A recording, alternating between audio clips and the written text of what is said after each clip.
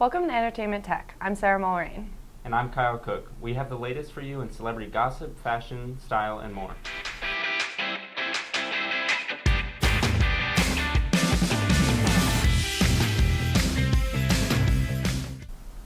Welcome to the Celeb Chat segment. I'm Jessica Yan. And I'm Micah Osbury. We'll be starting with the latest gossip. For Justin Bieber's 21st birthday, he asked to be roasted on the Comedy Central Roast. The roast aired this week, hosted by Kevin Hart. Alongside him included Martha Stewart, Snoop Dogg, Ludacris, Shaquille O'Neal, and even a guest appearance from Will Ferrell, just as Ron Burgundy. Each guest got a chance to bash Justin, and while they were at it, they threw a few jokes about the other guests as well. But don't worry, Justin got his turn to give it to the guest himself. He starts his roast with, "What do you get when you give a teenager $200 million? A bunch of has-beens calling you a lesbian for 2 hours." It was all fun and games, and at the end, Justin took the opportunity to get serious and apologize for his recent actions, and to let everyone know he is going to move past it and better himself. I feel like his PR team was definitely like, okay, we need you on this show and rehabilitate your image, because he's been kind of crazy. Usually for your 21st birthday, you go to a party, but I don't think that would be the best. Yeah, his team was probably like, no, let's have your TV show instead. Right. Real Housewives of New Jersey star Teresa Giudice has been missing out on her tanning and spa appointments while in prison, but she seems to still be able to find time for an Us Weekly cover story from prison. The mother of four began her sentence on January 5th of this year, and her family is trying to make the adjustment to not having the reality star around all the time. During her stay at the Danbury Federal Prison in Connecticut, her family makes the trip to see her. According to Joe, Teresa seems to be adjusting to her new lifestyle. Each day, the 42-year-old begins her day with breakfast and then heads out to the gym for a workout. Joe says she exercises after every meal. It's like a low-budget spa. They do spin classes and ab classes. Teresa has also made a friend group that she watches Empire and Scandal with. I don't think that would take a lot of adjusting, honestly. Yeah, I guess she's just missing out on her spa treatments, but she has the workout in the TV show. I'd like to go to that jail if I ever have to go. Yeah, go to Teresa's prison. Right. Following the allegations that Bill Cosby raped more than 30 girls, he has started doing stand-up comedy shows.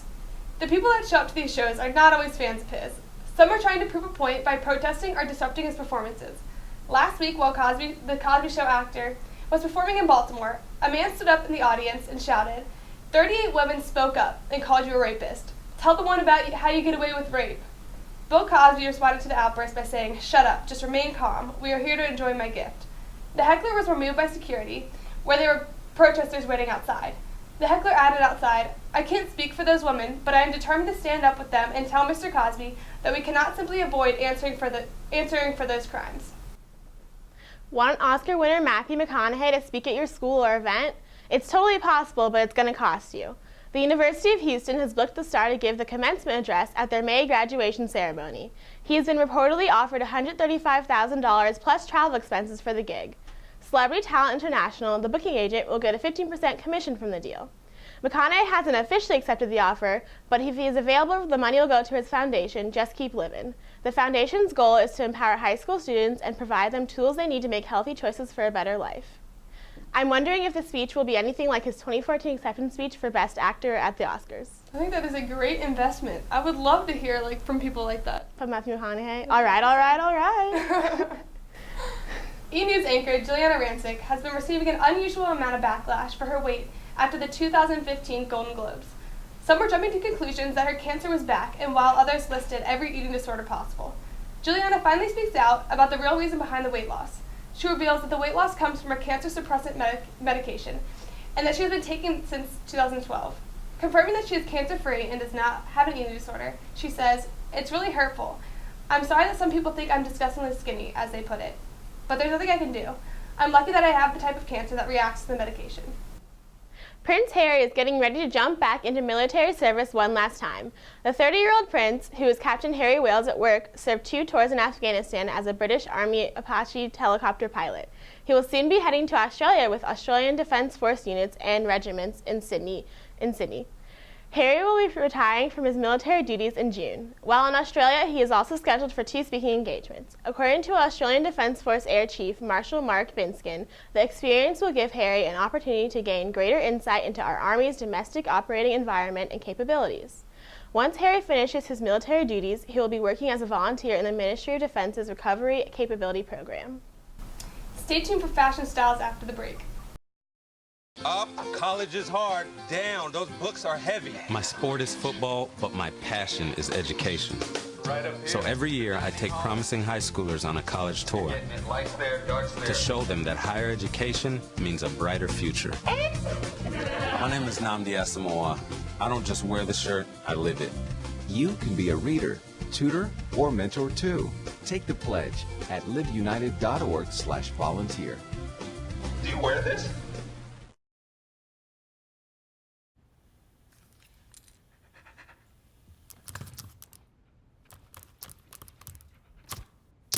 There's a shelter pet who wants to meet you. Meet one today. Visit theshelterpetproject.org. Adopt.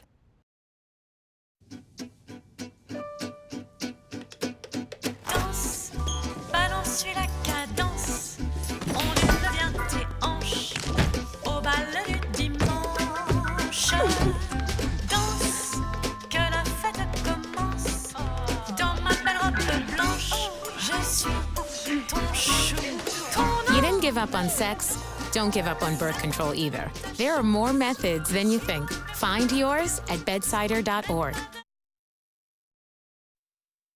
Checking your fantasy league?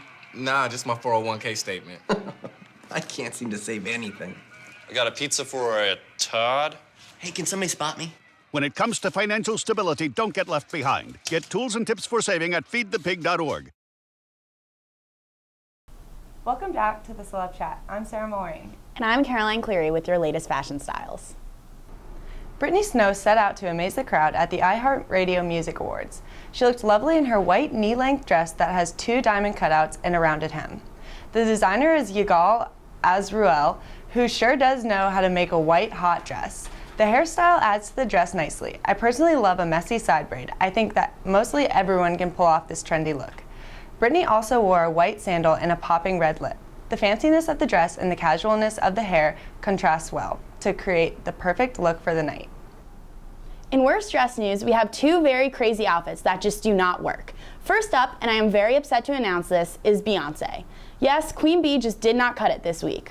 While attending the title launch in New York, Bee was spotted wearing a deep plunging romper paired with a long sweater and fishnet stockings. She also wore stilettos and styled her hair to one side. This outfit is just all over the place. First off, the romper is way too short. It could practically be a shirt. Second, the ensemble is too clubby for a professional event. This outfit needs a little more class and a little less you-know-what.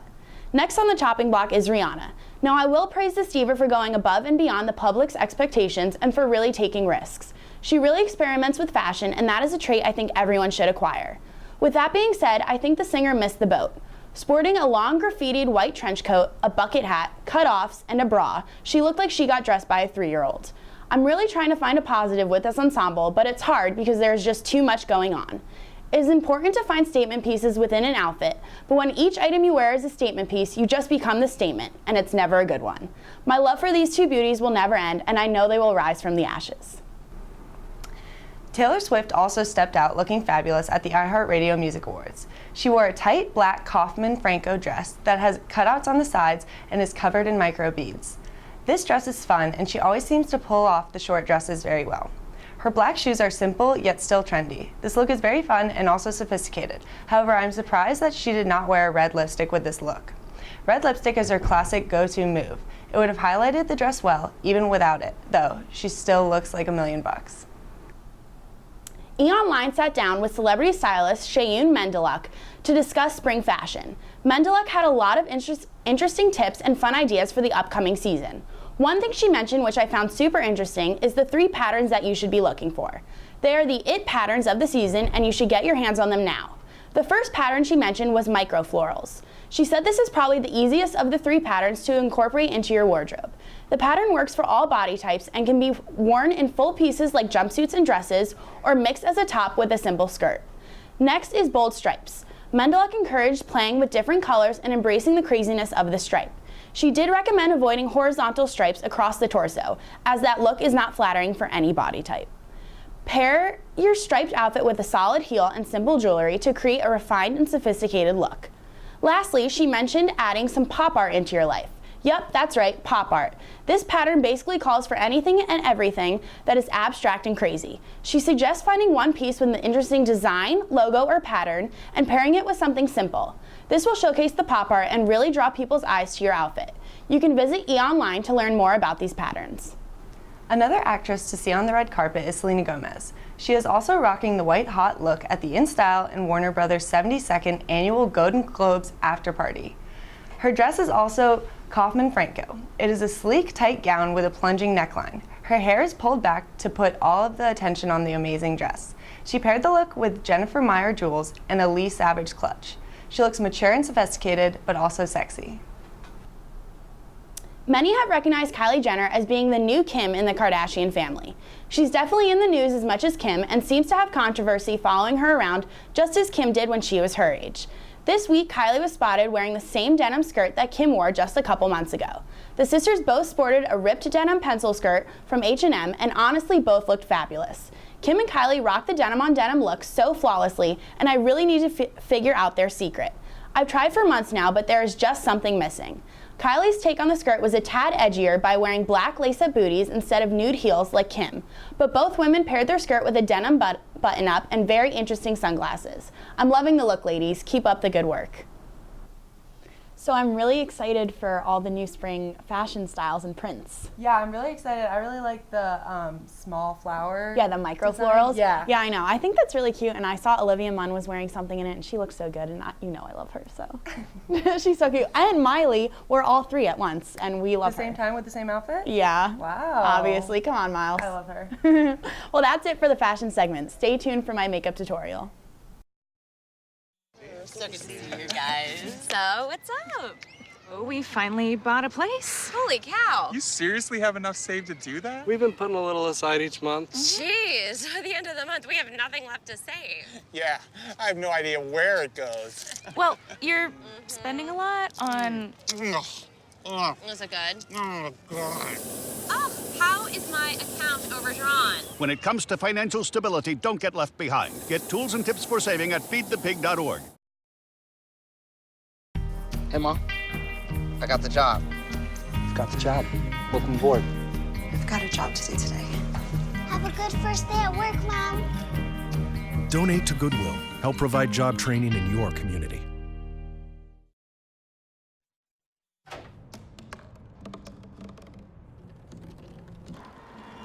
Everybody has a dream.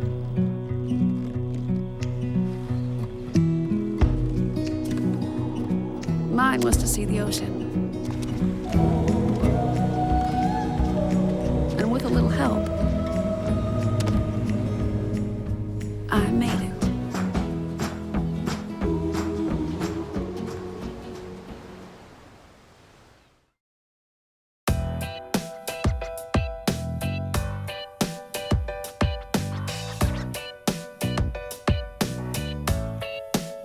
Hi guys! So this week I decided that we're going to do a makeup tutorial on a brown smoky eye. So with the colors I'm using, they're pretty neutral, they're not too crazy, so you could wear this to school, you could wear this out, really whatever occasion you want. If you want to add a little glam to your outfit for a regular day, I think this is a great look. So let's get started. First, I'm always going to start with my MAC paint pot.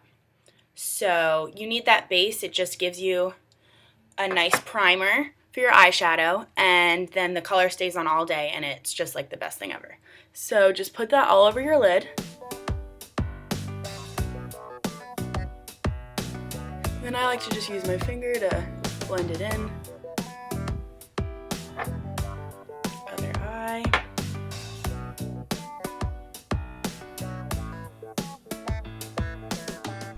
Blend that all in. Okay. And then you're going to start with your first color. So what I'm going to use is this champagne-y color right here from my Bare Minerals palette. And I'm just going to put that all over the lid. By using a lighter color like this, it's going to open up the eye and just give the eye some brightness, since we're going to be doing a mostly dark brown for the rest of it.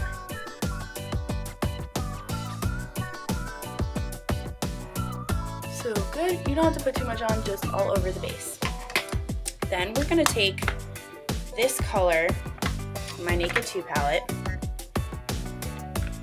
right here, Tease. It's kind of like a matte brown plumish color.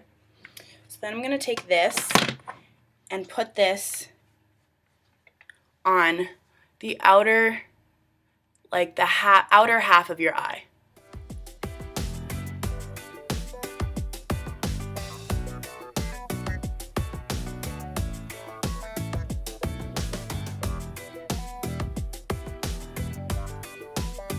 Because you really just want that champagne-y color to just open up your eye, and the best way to open up your eye is by putting it closer to the corner. So you're going to put the darker color towards the outside.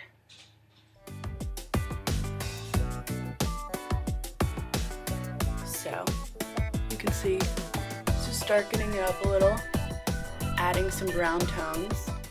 Then we're going to do the crease.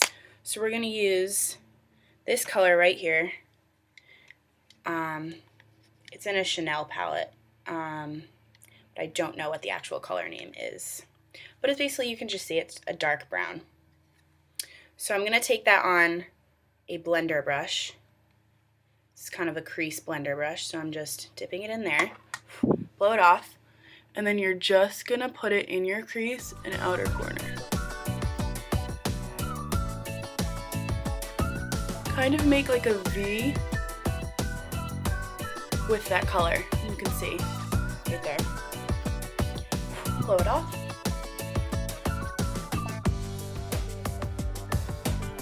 Up into the crease a little bit by the lash line.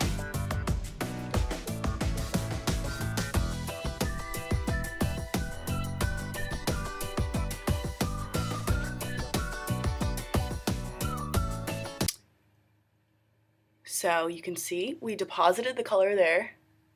Now, see how it's a little harsh? There's like a clear line of where it starts and where it stops. This is where the blender brush comes in. And this is MAC 217, their blender brush, and it is a godsend. So now you're just gonna literally blend it all together, because you don't want any harsh lines. It just doesn't look good. And then go to this eye.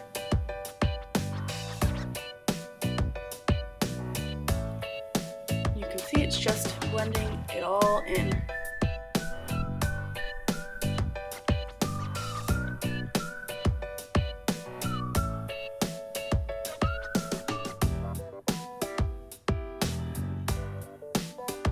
Now I think I need a little bit more of the brown on this side.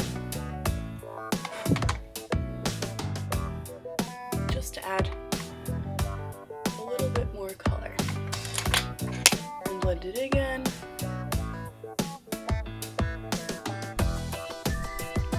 Perfect.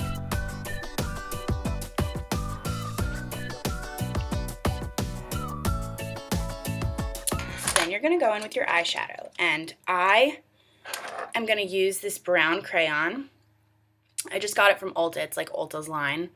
And it's just a brown crayon. And I thought it would go well with the brown, because the black might just make it a little bit too dramatic, especially if you're using it in the daytime. This look for the daytime, you're going to want a brown eyeliner would just be nice, a nice change. So then I'm just going to apply the liner.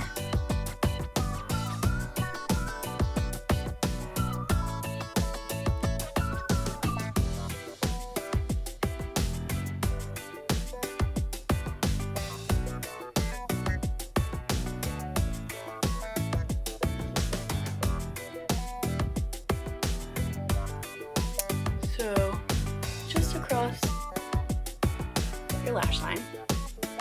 Now you can do a wing if you want, but I feel like the eyeshadow is crazy enough that you can just get away with that. And then just put on your mascara.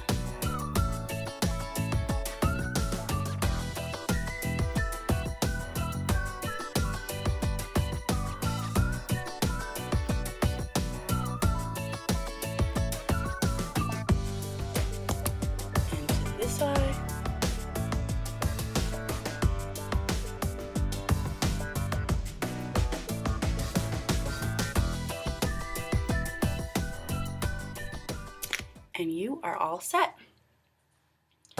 So this is just a fun little addition to your natural makeup, but just a little bit more glam, a little bit more dramatic. So I hope you guys liked it. No more pencils, no more books. No more teachers, dirty looks. School's out for summer. What this place needed was better graduation rates. So we worked with schools like Henry Ford High, and now they're up 18%. To help us do more good this year, go to unitedway.org, because great things happen when we live united.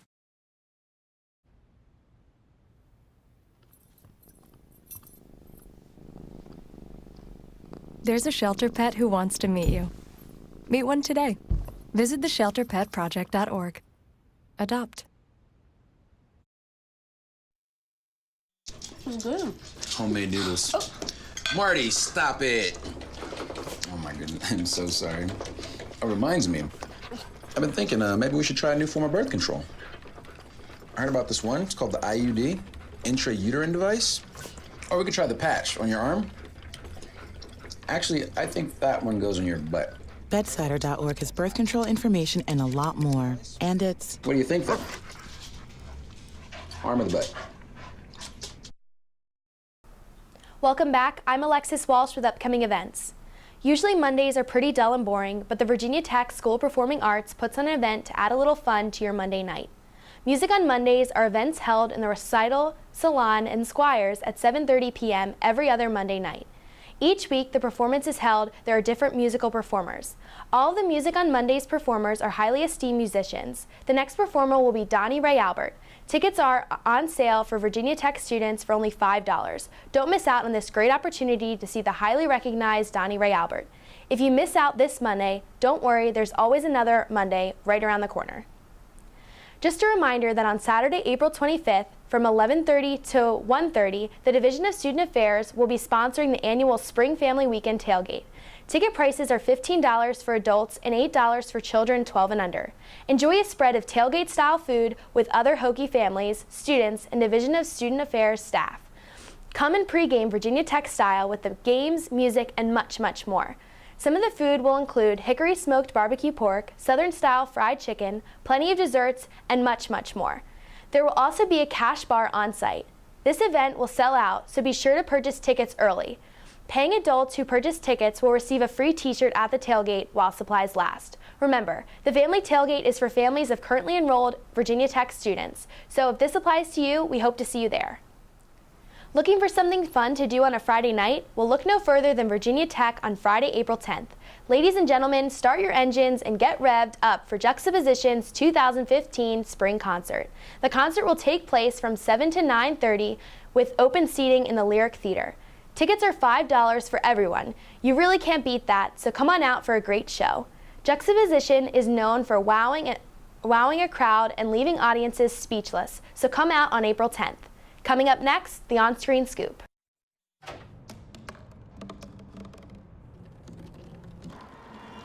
Everybody has a dream.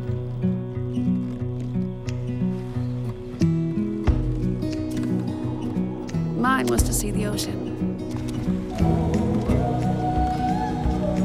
And with a little help, I made it.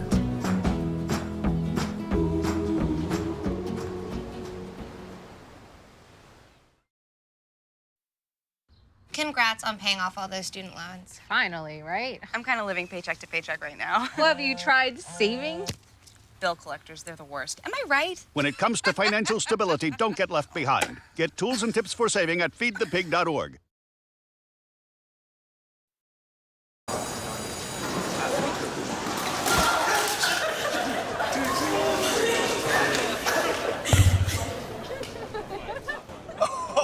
That's low. That's low. That's low. Look, he's blushing. Seriously.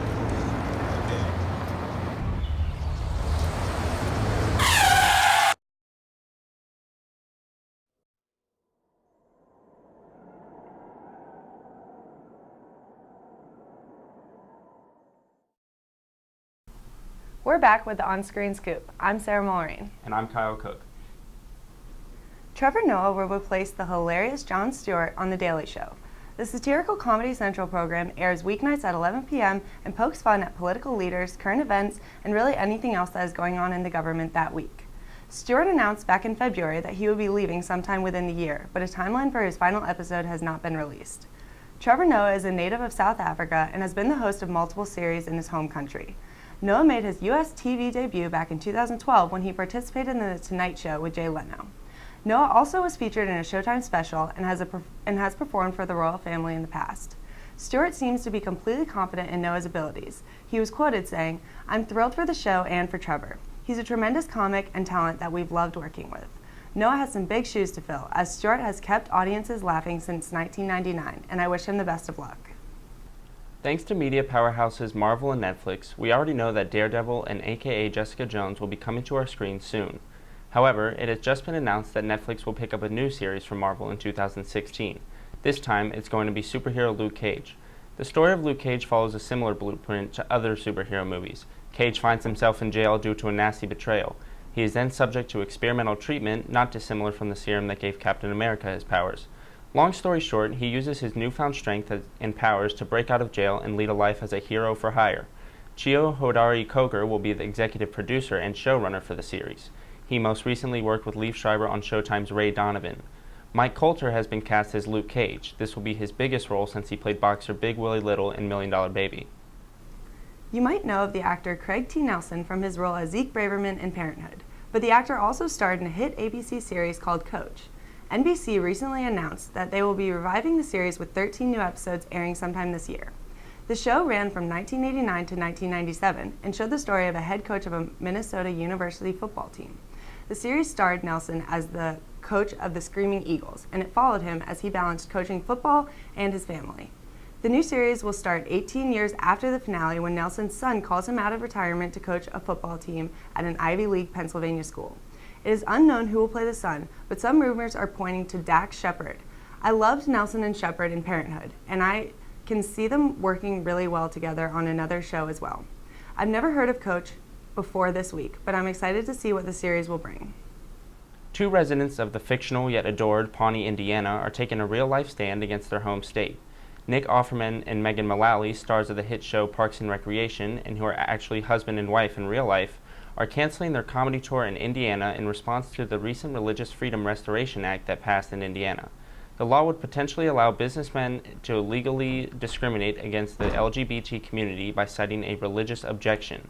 Offerman announced via Twitter that he still intends to appear at the solo performance at the University of Indiana. However, he is now planning on donating the money he makes from the show to the Human Rights Campaign, which is a lobbyist group for the LGBT community. Fox recently announced The X-Files will be also coming back to TV. I watched the series when I was younger and remember having a love-hate relationship with it. I was terrified by the episodes, but I loved the acting and storylines, so I continued to watch. I was so excited when I found out Mulder and Scully were going to be reunited within 6 new episodes. Mulder is played by David Duchovny, and Scully is played by Gillian Anderson. The X-Files movie showed Mulder as a fugitive since the series finale, and Scully was a doctor in a Catholic hospital. They both came out of the retirement at the request of the FBI to help with an investigation of the disappearance of several women. I was disappointed that the movie had nothing to do with the alien mythology seen in the show, but the director has said the new series will have ties to the old theme. I can't wait for the series to be released, and I hope it's as good as the old one. Mark Wahlberg, born and raised in Boston, Massachusetts, is slated to produce a CBS Films movie titled Patriots Day. The movie will follow the story of the Boston Marathon bombings as told by Boston PD Commissioner Ed Davis's first-hand account of the 2013 tragedy. The script will be written by Matt Charman, who is also working on Steven Spielberg's upcoming film Bridge of Spies, starring Tom Hanks. Terry Press, the president of CBS Films, has been quoted saying, "The team we have assembled for this project is determined to give audiences a very personal look at what occurred during the days when the eyes of the world were on the city of Boston and how a group of contemporary patriots faced this crisis." Mark Wahlberg has not announced if he will be in the movie. So that's so cool about your story about Mark Wahlberg filming for the Boston Marathon. Yeah, it's not surprising that a proud Bostonian wants to pay tribute to those events. That's it for Entertainment Tech. We'll see you next week.